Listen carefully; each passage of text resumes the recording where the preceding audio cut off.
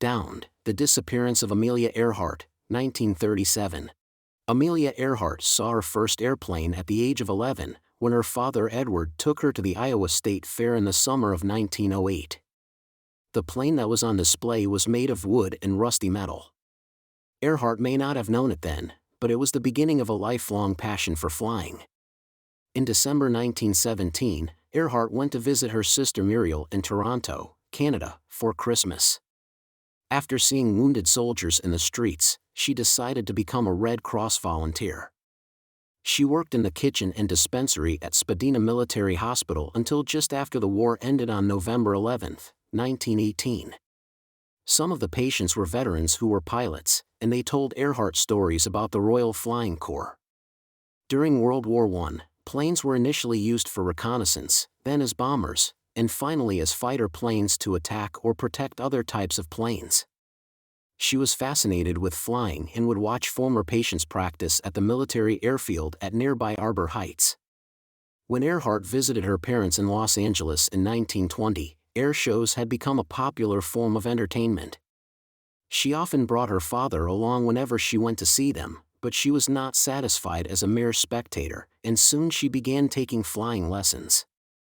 She made her first flight in 1920, which was piloted by Frank Hawks, and she decided not to return to Columbia University to study medicine.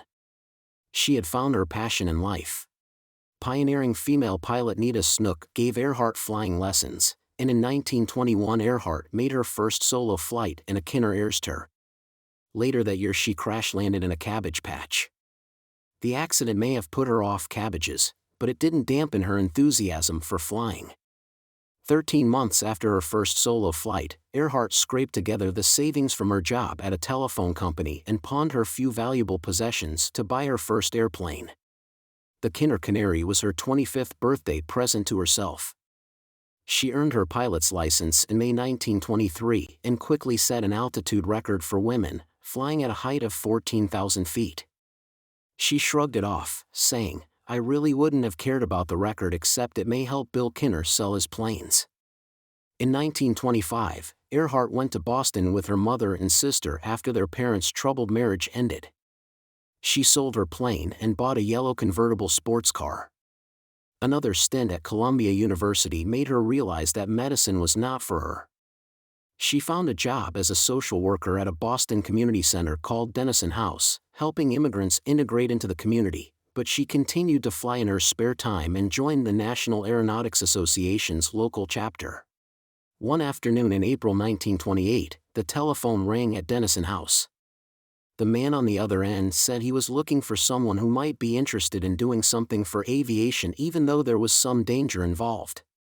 A member of the NAA had recommended her, and Earhart was intrigued. In May 1927, Charles A. Lindbergh had become the first man to fly across the Atlantic Ocean, and American heiress Amy Phipps Guest wanted to be the first woman to perform the same feat. She bought a 3-engine Fokker specially fitted with pontoons to land on water, but her family would not allow her to make the attempt, so she decided instead to sponsor a flight for another female pilot.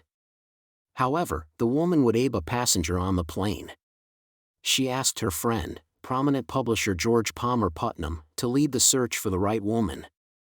Explorer Richard E. Byrd suggested Amelia Earhart. They met in Putnam's New York office, and she was picked for the flight soon after. The event generated great public interest. Newspaper headlines shouted, "Boston social worker to fly Atlantic and girl pilot dares the Atlantic." On June 17, 1928, Earhart, pilot Wilmer Stoltz, and mechanic Lou Gordon climbed aboard the Friendship and left Trepassey Bay, Newfoundland. Sitting between two fuel tanks behind the cockpit, Earhart kept a log of the plane's speed, altitude, and navigational directions during the flight. The trio flew through much heavy fog and landed in Bury Port, Wales, after 20 hours and 40 minutes. More than 2,000 people greeted their arrival, and many were fascinated by a woman aviator.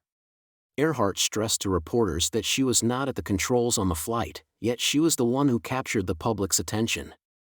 "First woman flies Atlantic," blared the New York World's front page. She was given a hero's welcome in Britain and the United States, where the gray-eyed blonde appeared dressed in a pilot's outfit, helmet, leather jacket, riding breeches, and leather boots.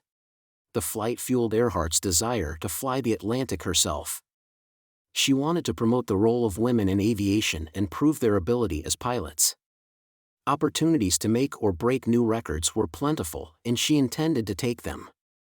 She quit her job at Denison House, and with Putnam's encouragement she wrote a book called 20 Hours 40 Minutes about her flight on the Friendship. In 1928, Earhart became the first woman to make a solo round-trip flight across the United States. The following year she helped found the 99s, an organization that was named for the number of charter members, and served as its president until 1933. Putnam divorced his wife in 1930 and married Earhart on February 7, 1931. He became her manager, publicist, and promoter who arranged for her to write books and articles and give lectures about her flying experiences. Fees from these activities helped Earhart support herself and cover the many expenses involved in flying. After flying solo across the Atlantic in just over 15 hours, Earhart landed a bit off course in a farmer's pasture in Londonderry, Ireland. Unaccustomed to airplanes, the horses, sheep, and cows were agitated by the strange bird appearing in their midst. Earhart had become the first woman pilot to successfully cross the Atlantic Ocean solo, and she was awarded the first Distinguished Flying Cross to be given to a woman by the U.S. Congress, the French Legion of Honor, and the Gold Medal of the National Geographic Society. 3 years later, she made the first solo flight from Honolulu, Hawaii to the American mainland, and about 10,000 people greeted her arrival in Oakland, California. She also became the first person to fly nonstop from Mexico City to Newark, New Jersey. In 1934, Earhart was the guest speaker at a conference that the New York Herald-Tribune held on the topic of women and the changing world. Dr. Edward C. Elliott, president of Indiana's Purdue University, was in the audience. His school's 6,000 students included close to 1,000 young women, and it was the only university in the United States to have its own airport, equipped for day and night flying. Impressed with Earhart, Elliott invited her to be a visiting faculty lecturer 1 month a year. She would serve as a role model to inspire female students, provide career counseling, give lectures, and be a special advisor to the university's aeronautics department. Earhart was officially appointed to the faculty at Purdue in Lafayette, Indiana, on June 2, 1935. The Purdue Research Foundation set up the Amelia Earhart Fund for Aeronautic Research. By early 1936, it had raised enough money to buy a new twin-engine, 10-passenger Lockheed Electra transport plane that she could use and with which she could experiment. Earhart quickly dubbed the all-metal monoplane with retractable landing gear the Flying Laboratory. The passenger seats had been removed to make way for 2 large tanks that could hold about 1,000 gallons of fuel. They were bolted in place behind the cockpit and would give the plane an additional flying range of up to 4,000 miles. A complete navigation room lay behind the tanks. Earhart began working on her next project. She said she had just one more long flight in her system.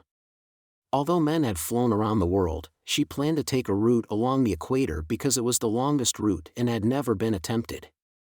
She wanted to study the effect of high altitudes, long distances, and extreme temperatures on people and planes. It was also a chance to show the stuff that women are made of.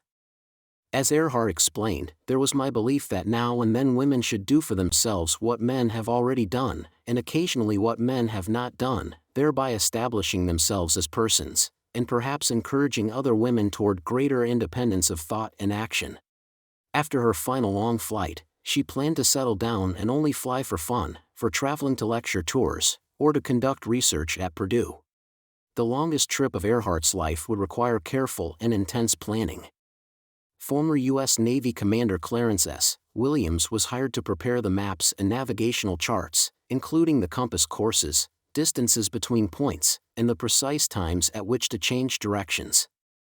The 27,000-mile route along the equator would take her from Oakland to Honolulu, then to Howland Island over to New Guinea, on to Darwin, Australia, across Africa, and then over the South Atlantic to Brazil. She planned to cross more than 6,500 miles down, The Disappearance of Amelia Earhart, 1937, 147 of water in 3 hops, with no land on 2 of the stretches of water. Collecting data about airports, weather, winds, terrain, and potential places for emergency landings was no mean feat. Racing pilot Paul Mance was hired as a technical advisor to supervise the readiness of the plane. He took it up on many test flights, and he also tutored Earhart in long-distance flying and navigation. Earhart's husband George Putnam handled the task of finding places for the plane to land and stops to store fuel, oil, and spare parts. He also managed such paperwork as securing permission from foreign governments to land, as well as obtaining passports and visas, health certificates, and medical papers. After much research, Putnam found 30 places to cache fuel throughout the world. Meanwhile, Earhart flew back and forth between Burbank and San Francisco to work out the bugs in the plane's engine as she prepared for her round-the-world flight. On August 29, 1936, she flew from Burbank to New York in the Bendix Trophy race, as she wanted to test her dream airplane and hoped to do well in the competition. The fuel line developed a problem and the Electra arrived last among the contestants. The necessary repairs were made, and Earhart continued to test her equipment with repeated flights. The plan was to capitalize on the weather by flying around the world from west to east. Mance was to act as co-pilot of the Electra during the Oakland-Hawaii leg of Earhart's around-the-world flight. Former Pan American Airways navigator Fred Noonan would continue on until Howland Island, where he would take a Coast Guard vessel back to Hawaii. Captain Harry Manning, on leave from the SS President Roosevelt, would be dropped off in Brisbane, Australia. Earhart would complete the rest of the trip alone. On March 17, 1937, Putnam poked his head inside the plane and kissed his wife goodbye. The tanks were filled with nearly 1,000 gallons of fuel and the weather had finally cleared. Earhart left the Oakland airstrip at 4:37 p.m. Several hundred people greeted her arrival at Wheeler Field in Honolulu at 5:40 a.m. just before dawn the following morning. She had flown 2,410 miles in 15 hours and 51 minutes, a record for the fastest westward flight to Honolulu. The next stop was Howland Island, 600 miles closer to Honolulu than the first leg from Oakland. The weather was too poor to continue on to the South Pacific island that was barely larger than a polka dot. 2 days later, 75 people came to see Earhart, Noonan, and Manning take off just before dawn on March 20, 1937. The plane began to sway as it taxied down the runway. The left wing dropped, the right wheel was sheared off, and the landing gear collapsed. Earhart was not deterred by the incident. The Electra was disassembled and sent to Burbank, California, by ship to be repaired by manufacturer Lockheed. The ideal window for flying conditions was slowly closing. While the plane was being fixed, Earhart pored over weather maps to plan a new route.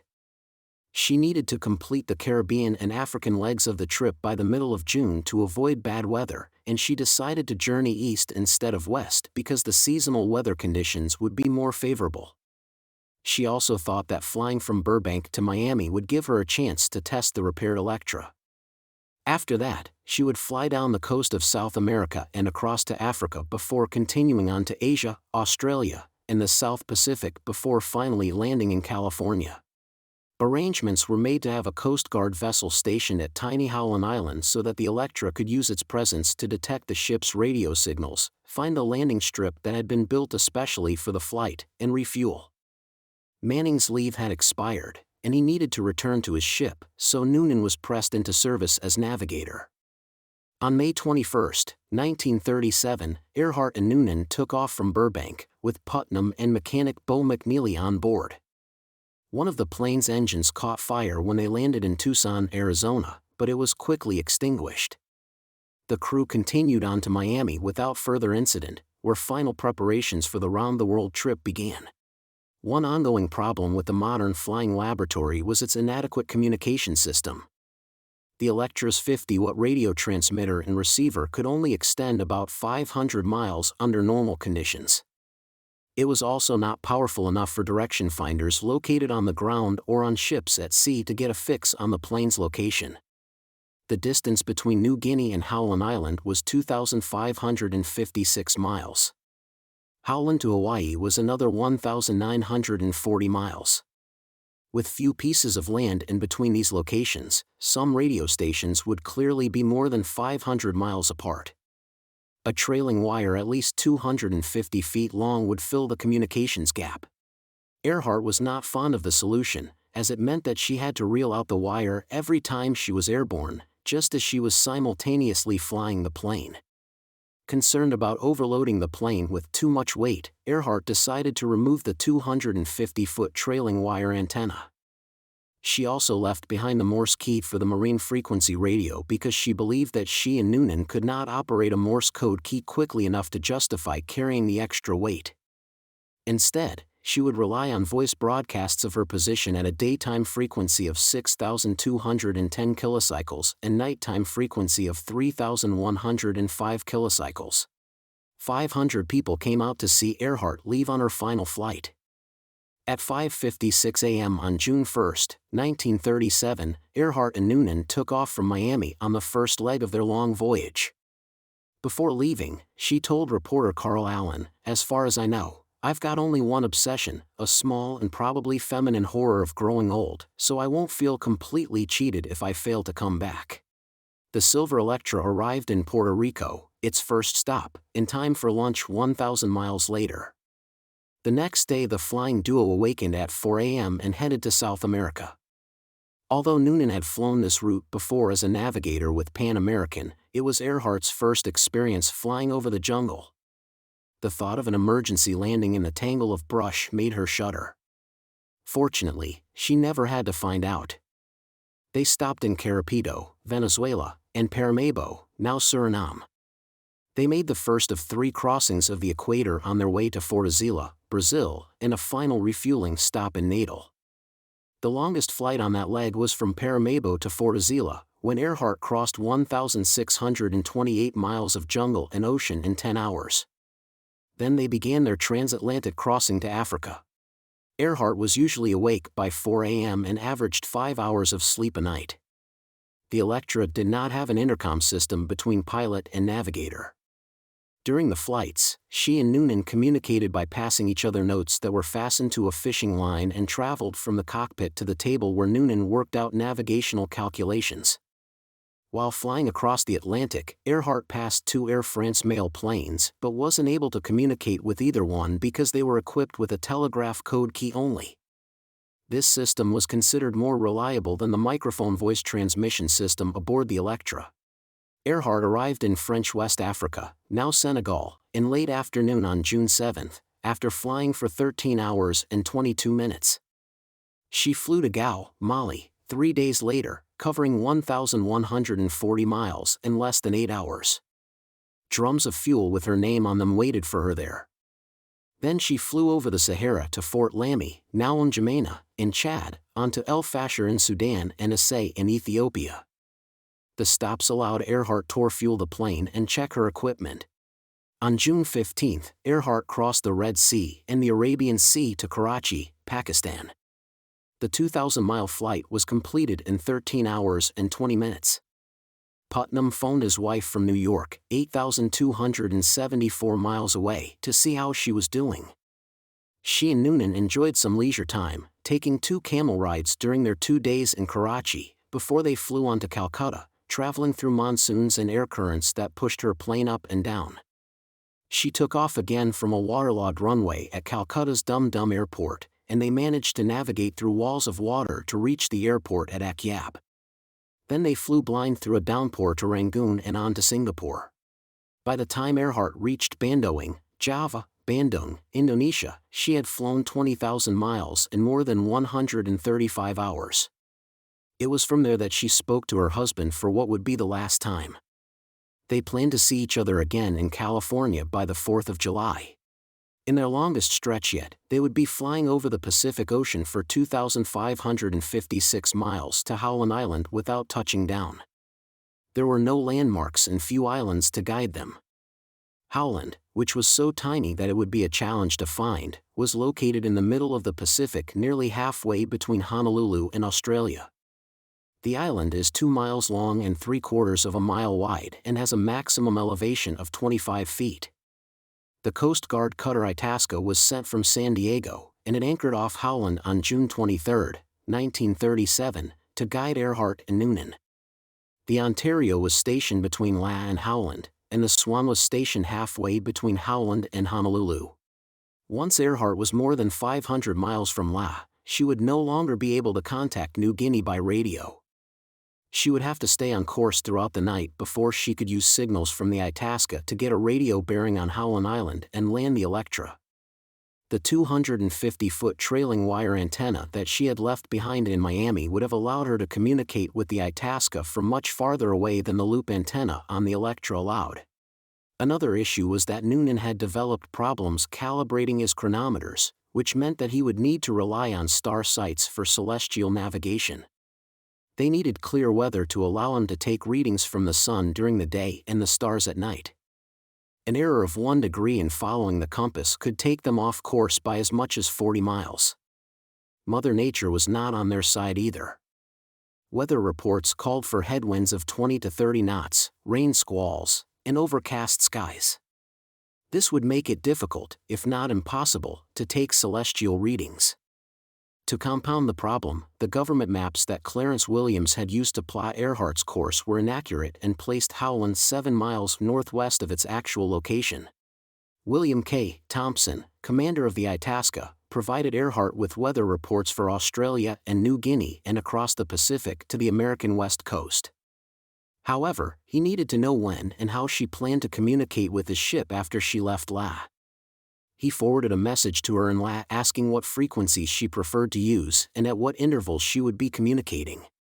Earhart replied asking for high frequencies of up to 7,500 kilocycles on voice. Thompson did not realize that she had left her Morse key transmitter and her antenna to receive 500 kilocycles or less in Miami. He informed her that the Itasca's transmitters were calibrated for 3,105, 500, and 425 on voice. They would only be able to communicate on 3,105 without her antenna, and this was not a reliable range to send and receive at dawn, just before the change from nighttime to daytime frequencies. In addition, the ship's direction finder only worked from 550 to 270. Thompson wasn't aware that these signals were of too low a frequency for the Electra to receive and then locate the ship. Earhart took off from La, New Guinea, on July 2 at 10:22 a.m.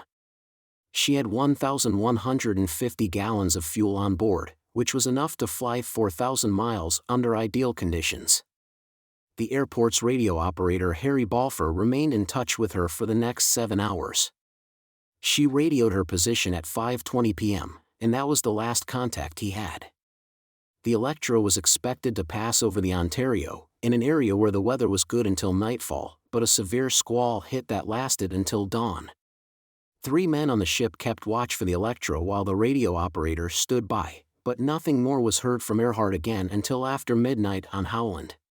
The men aboard the Itasca waited for word from the Electra. At 2:45 a.m., they picked up a message from Earhart for the first time, but they were unable to establish communication. They continued to give her weather reports by Morse key on 7,500, unaware that she could not receive their transmissions, and by voice on 3,105. At 3:30 a.m., they asked for her position and her estimated arrival time on Howland. Her message 15 minutes later included neither. The Itasca radio operator tried again on 3,105 at 4 a.m. What is your position? When do you expect to arrive in Howland?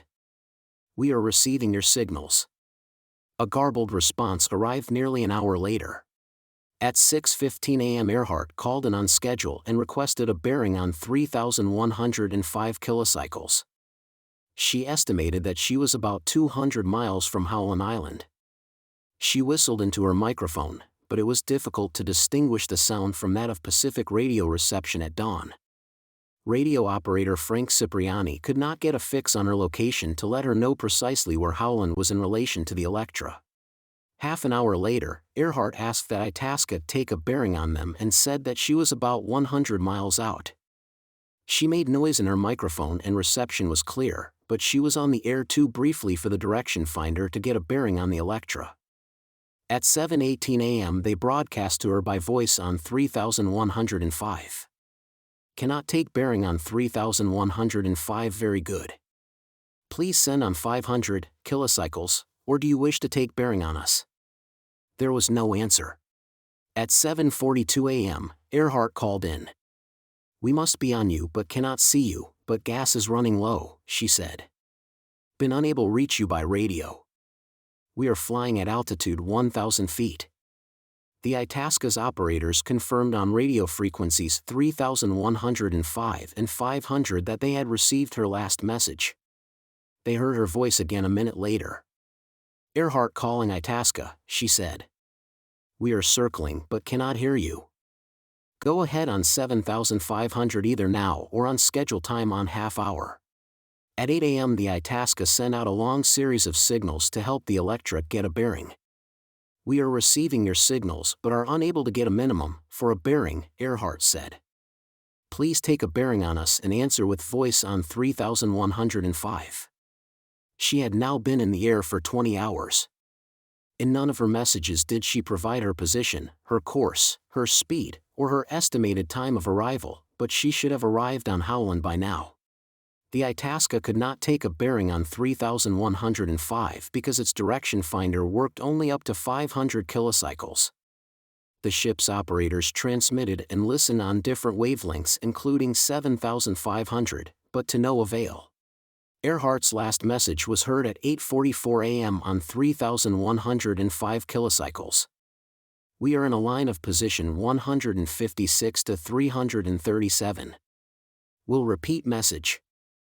We will repeat this message on 6,210 kilocycles. Wait. Listening on 6,210 kilocycles. We are running north and south. The men on the Itasca knew that the situation was urgent.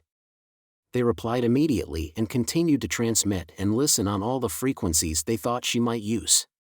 There was no response, however, only silence. Just 23 days before her 40th birthday, Amelia Earhart was lost somewhere over an area of 450,000 square miles in the South Pacific on her final flight. The Itasca's commander Thompson estimated that the Electra should have enough fuel until noon, giving Earhart a few hours to look for a place to land. The cutter continued radio transmissions around the clock at 3,105, 6,210 and 500 kilocycles. At night, it set its searchlights against the sky. The ship searched an area of 9,500 square miles, hoping Earhart was either sitting on the wing of the floating Electra or in an emergency rubber raft, but there were no sign of her or her aircraft. The U.S. Navy was determined to find the two flyers. Chief of Naval Operations Admiral William D. Leahy jumped into action.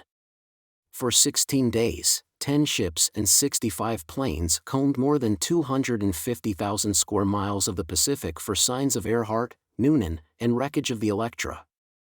The battleship Colorado joined the search, traveling south and east of Howland through the Phoenix Islands. The Itasca and minesweeper Swan went north and west to the Gilbert Islands. On July 13, 4 destroyers arrived in the Howland area along with aircraft carrier Lexington and 63 aircraft. The planes logged 1,591 hours over a 5-day search, but there were no signs of the Electra, the life raft, Earhart, or Noonan.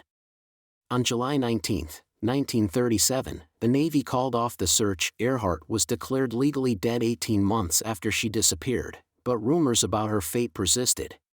After 1945, there were stories that she had been on a secret spying mission for the United States and that the Japanese had captured and executed her.